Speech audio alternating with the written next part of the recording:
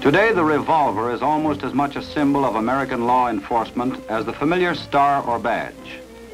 Through the years, it has grown to be still another common bond between peace officers of many different jurisdictions.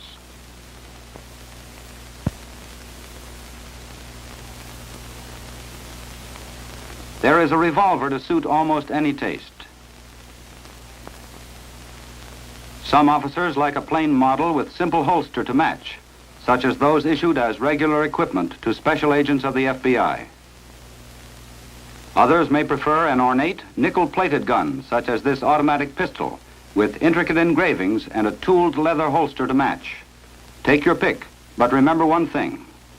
Plain or fancy, a revolver is no mere ornament or decoration. It's a most important and vital piece of your official equipment. Learn to use it safely and effectively. Your own life or that of someone else may depend on how well you handle it. Always remember that a loaded revolver is no respecter of persons. It will kill anyone at whom it is pointed, whether that person is the holder of the weapon, the criminal, or an innocent bystander. Never point your revolver at anyone unless you are justified and are ready and willing to kill that person. In combat training, emphasis must be given to shooting double action at close range, for this most nearly duplicates the situation that may lie just around the corner for any officer on duty.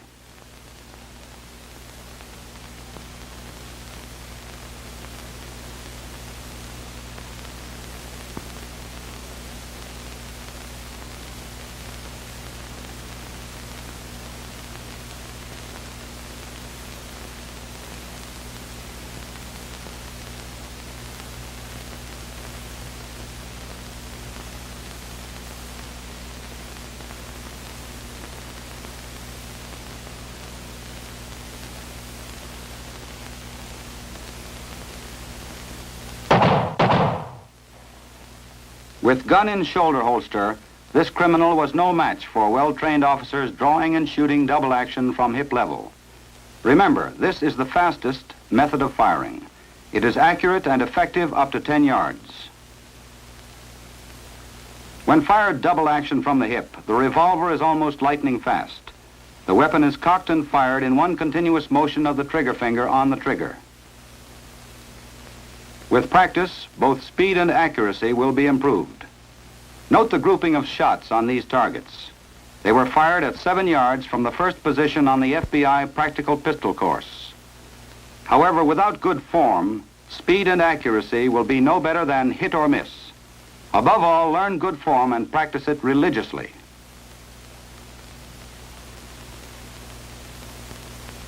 Drawing and shooting from the hip was developed on the Western frontier, where speed with a gun often meant survival. Western style, shooting with single-action revolver was inaccurate compared to modern hip-level shooting. Today's draw and shooting from the hip is smooth and continuous, with not a bit of waste motion, and the revolver in front of the shooter is in position to ensure a greater degree of accuracy. A quick draw holster is a necessity. As the shooter goes to a crouch, the holster tips forward, allowing the gun to slide out easily and in line with the target. By facilitating the draw, this holster contributes to safety, speed, and accuracy. Whenever gunplay is anticipated, the coat is unbuttoned. The shooter steps to his left and forward as he reaches for his weapon. Body movement swings the coat aside and away from the gun. As the left foot steps forward, the right shoulder drops. A firm grip is taken on the gun, and it is then dragged from the holster and pointed toward the target. In this on-target position, the forearm is rigid and almost parallel to the ground.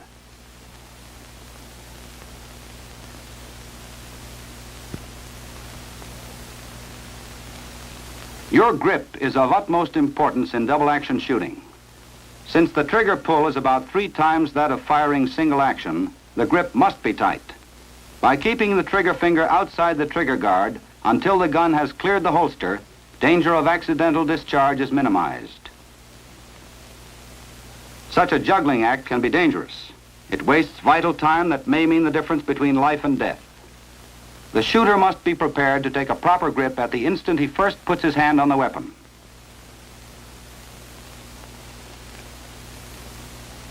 Control of the trigger is another essential. Insert the trigger finger to the first joint or even further.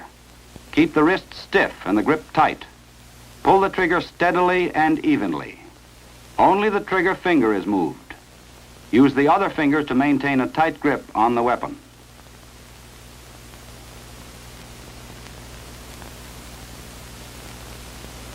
Pulling the trigger unevenly or jerking it and breaking the wrist are 2 faults of double-action firing that result in inaccurate shooting. These apparently minor faults have cost many officers their lives.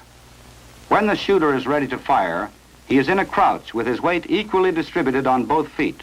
He is balanced like an athlete and can move easily in any direction. In this position, he presents a smaller target for return fire. His head and shoulders are back for better balance and vision. The shooter keeps his direct vision on the target. With his outer vision, he sees his weapon and lines it up with the target. The left hand is held near the revolver, for it must be readily available to take the weapon should the shooter be hit in the right hand or arm. Firing then can be continued with the left hand without changing position of the body.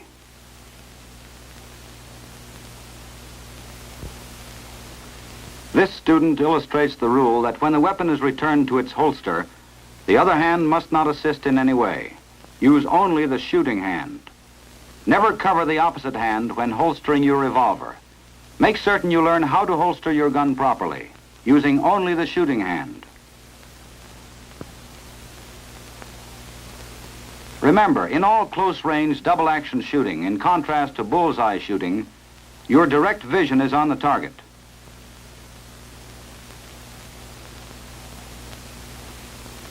Firing from hip level, the gun will be seen in the outer vision. Your direct vision is still on the target.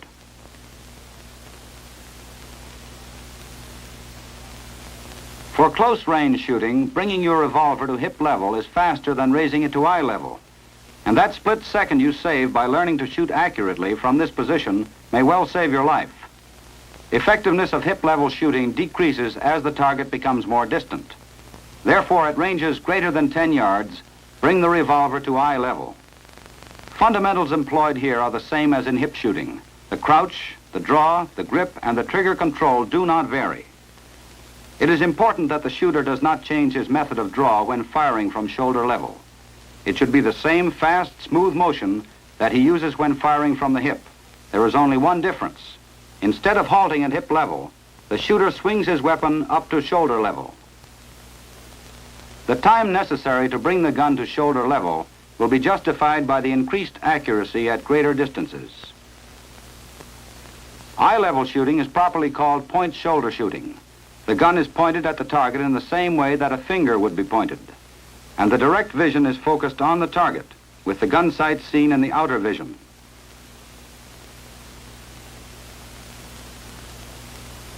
A basic principle in defensive combat shooting is to make yourself as small a target as possible for return fire. The officer in a crouched position is a smaller target than if he were standing upright. In the kneeling position, he further decreases his target size. To assume this position, take a short step forward and to the left. The other knee goes to the ground, and at the same time the shooter draws his weapon as for hip or point shoulder shooting. In addition to being a smaller target, the shooter has adopted a steady position. He is still mobile and can move quickly if it is necessary to do so. Maximum protection from return fire is afforded in barricade shooting. Shooting with either the left or right hand, this training simulates the time when you may have to use a building, a telephone pole, or an automobile for cover.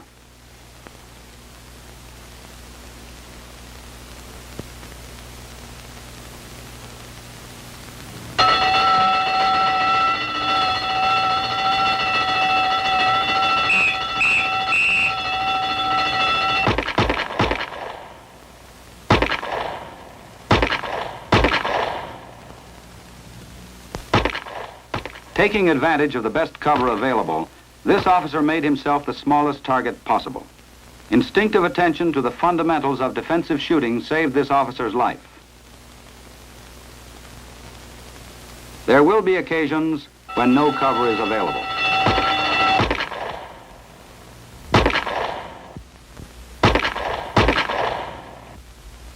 This officer learned his defensive positions well.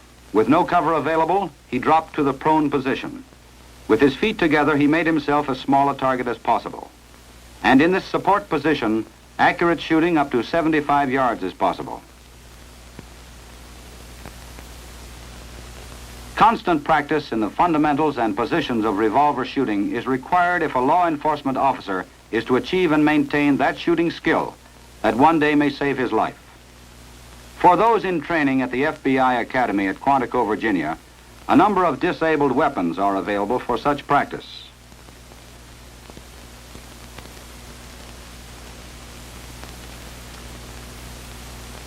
Each such weapon has a red grip to indicate that it has been disabled.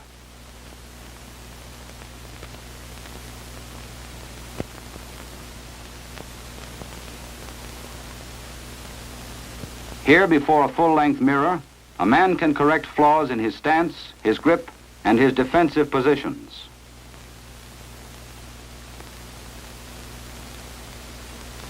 Since gun battles are not necessarily limited to 5 or 6 rounds, constant practice in loading and unloading is required.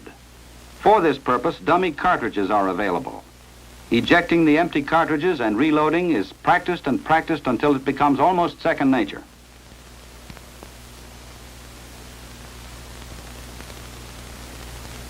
Any police department can easily disable a weapon that is beyond economical repair simply by removing its firing pin. After the disabled guns have been given distinctive red markings, they can be used in the squad room or training school. Dry firing and position practice can be accomplished safely with such distinctively marked disabled weapons.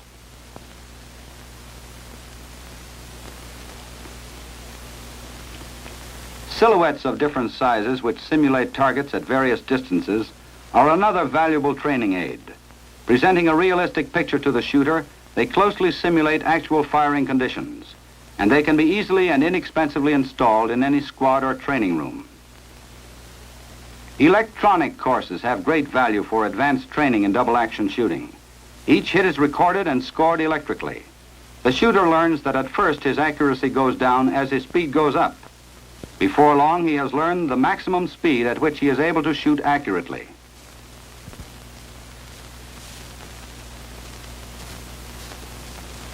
On the electronic dueling course, students are in direct competition. Here, essential speed and accuracy are developed under conditions similar to an actual gun battle. Through electronic control devices, the winner is determined with split-second accuracy.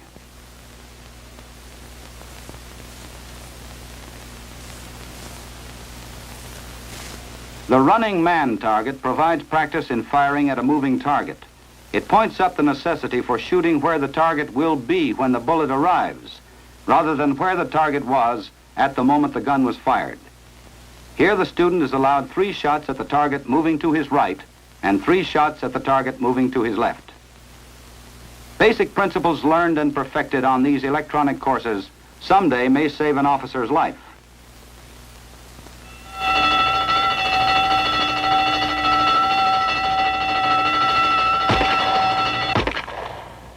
The officer fired from the hip to get the first burglar.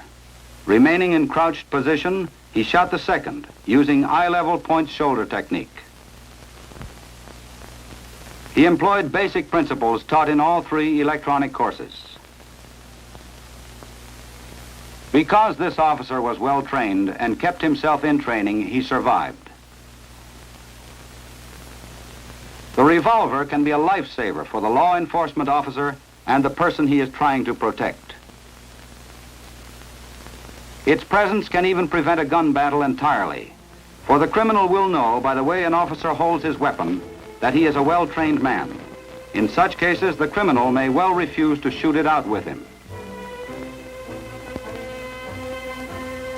But there is a price that must be paid for this. That price is thorough training, constantly practiced and regularly renewed on the range. In no other way can you buy the art and skill of fine marksmanship. So learn the fundamentals of good shooting.